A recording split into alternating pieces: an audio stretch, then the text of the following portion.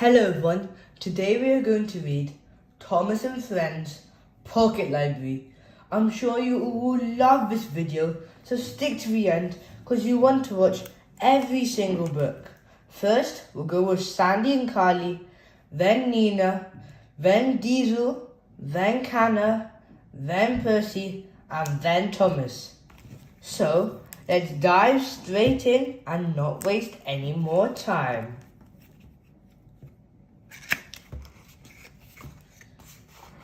Wow, look at these beautiful books. First off, let's read Sandy and Carly.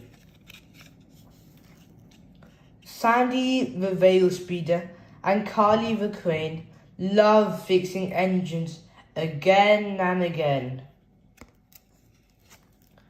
Carly's crane arm is long and super strong. She carries Percy when his firebox goes wrong. Sandy is small but mighty and loves doing repairs. Her tools fix all problems and she really cares. Carly and Sandy work at the maintenance yard. They always help others. No job is too hard. That is the first book, Sandy and Carly. I'm sure you will love that. Next up is Nia.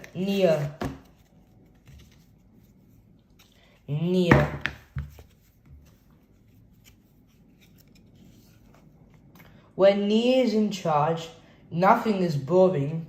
This orange engine loves exploring. She is full of ideas and fun things to do. Racing on a windy day, does it look fun to you? Accidents can happen. Nia skidded off the track. Thomas calls for help, so Carly can lift Nia back. All the engines love hearing Nia's tales. They're full of thrills on faraway rails. Wow! That's our first two done. I'm sure you also all love Nia. Next up, we have Diesel. Diesel and Thomas speed down the track. Both want to win, but who will be the first back? As well as racing, Diesel and Thomas love to chat. They can talk for hours about this and that. Diesel has tricks that he loves to play. It's all in good fun and living up to each day. Diesel is kind and a good friend too. Thomas loves having him in his crew. Wow, that was an amazing book, wasn't it? Next up, we have Kana.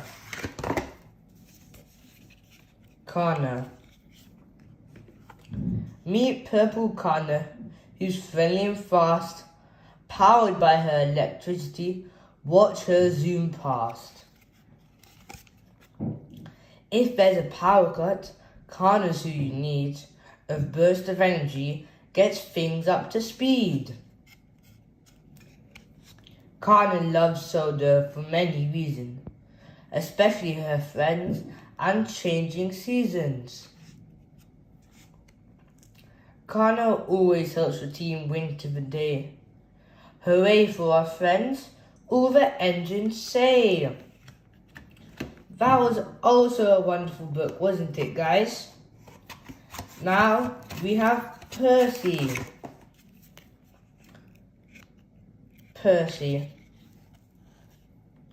Look, it's little Percy, Thomas's best friend. He loves rushing along every track and bend. Percy helps animals, especially at the farm. A happy cow licks him as he gets to a barn. But being at the farm can be messy too. You can end up with milk and egg on you. Being with Thomas makes Percy's day. Racing on the track, hip hip hooray. Wow, I'm sure you all love that book too. Last but not least, probably the one you've been waiting for the most, Thomas. Here comes Thomas, ready to start his day. It's sure to be fun with lots of time to play. At the top of the hill, Thomas leaps into the air. Whee, he says, as he lands with care. When he meets Percy, Thomas has a surprise. Crystals in the cave, he can't believe his eyes. He tells Sir Topham Hatt about what they'd found. They'd discovered treasure growing underground. That's it, the 6 books that you have all been waiting for. I'm sure you all love them. And since you've watched to the end, shall we make a puzzle? I know all of you love the puzzle, so let's not waste any time and let's just dive straight into it. Wow, this is going really good so far.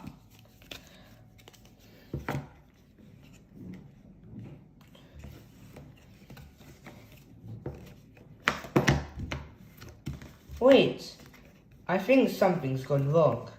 Can you see it? Wait, never mind. Here it is.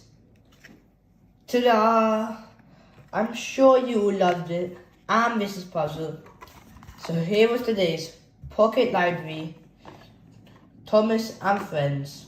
Goodbye and see you next time. Hi children, today we are going to read the book Percy's Chocolate Crunch.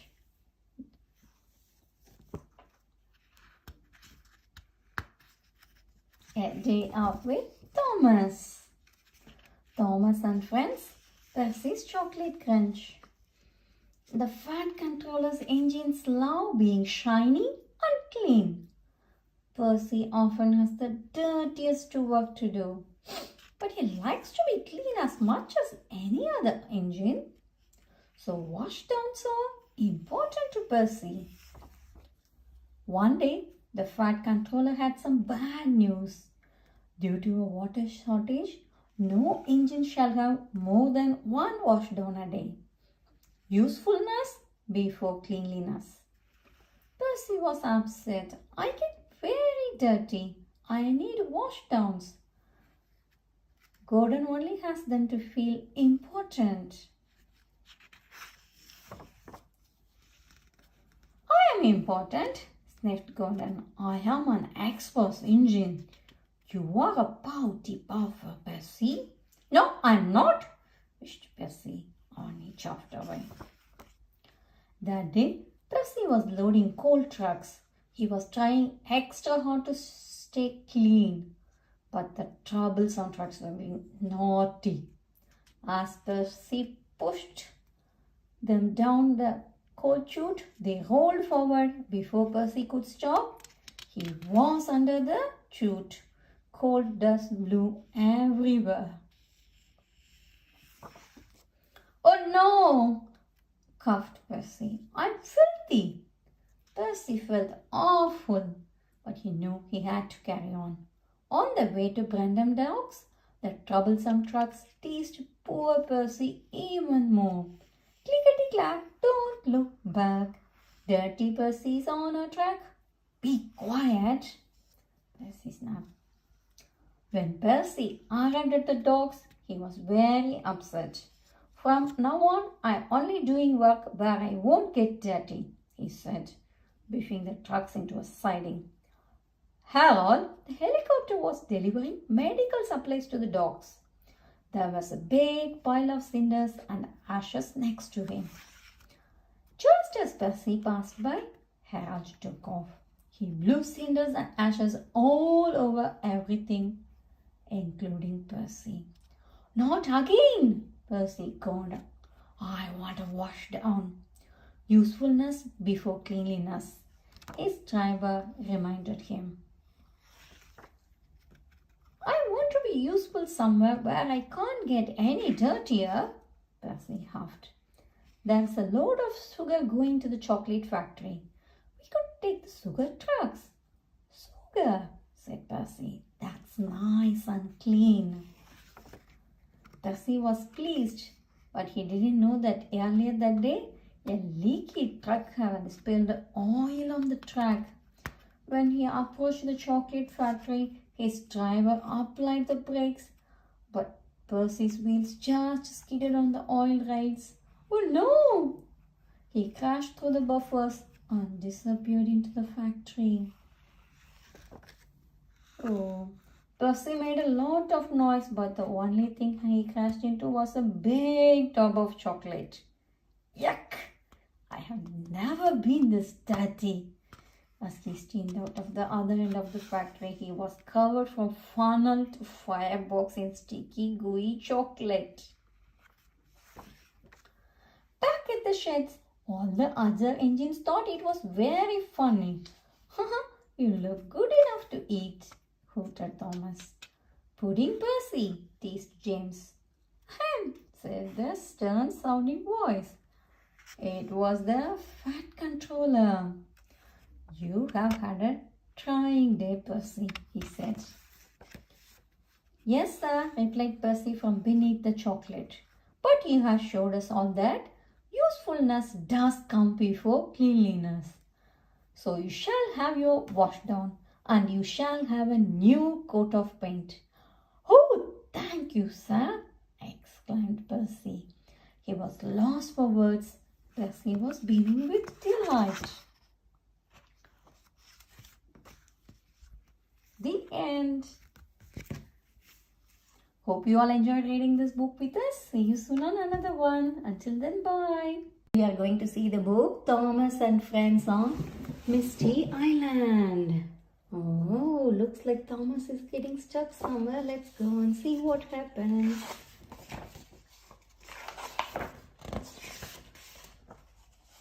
Thomas and Friends on Misty Island.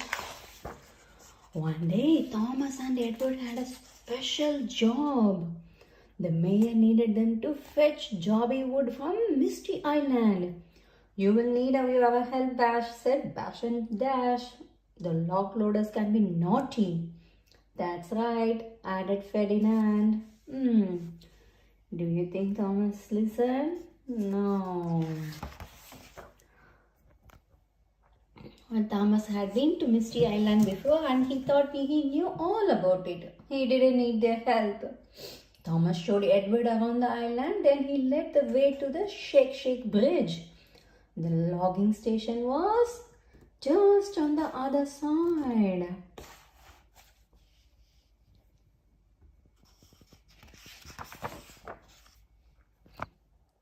As they crossed the bridge, it wibbled and wobbled under their wheels.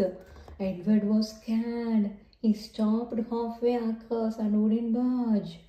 Don't worry, Edward, said Thomas. I will fetch the logs, then we can take them back to Soda straight away. Thomas looks like still enthusiastic, isn't it? Let's see whether he needs help or not. Oh, the naughty log loader, oh, Wheezy, picked up some joby logs. Instead of putting on them onto Thomas' truck, he whirled and hurled them up into the air and the logs flew everywhere. Oh, that's not nice. Look at the logs, it spilled all over. It even fell closer to the Edward. Blistering boilers cried Edward. The logs flew towards him, bounced him off his cab and made the Shake Bridge shake even more. He was more scared than ever. Oh!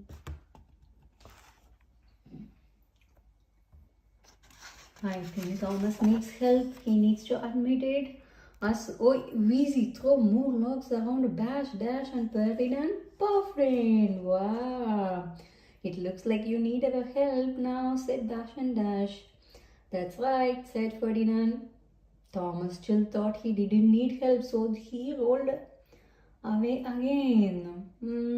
That's really not nice, Thomas. You should take help and make job easy. Isn't it?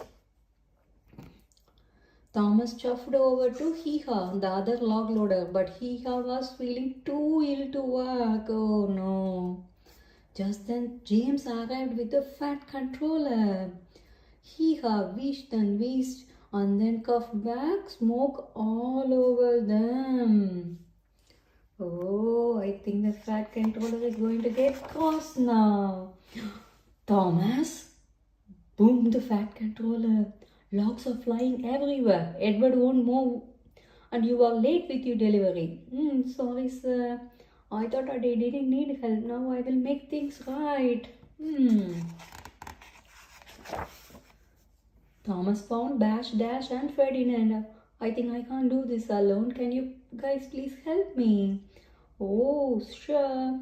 Please follow what we say, said Buff and Dash. That's right, said Ferdinand as usual. They steamed back and went to the logging station.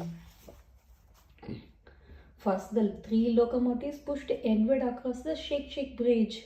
Next, they oiled the Hee-Haw's joints to make him feel better. They caught on the logs that OEVC threw in the air. Soon all the trucks were piled high with jobby wood.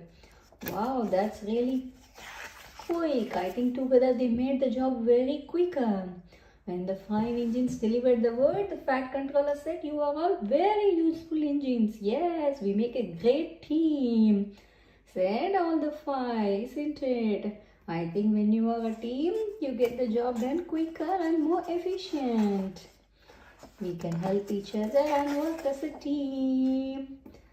Beep, beep, beep, beep, beep. Bye from Thomas. See you all on the next book. Bye bye.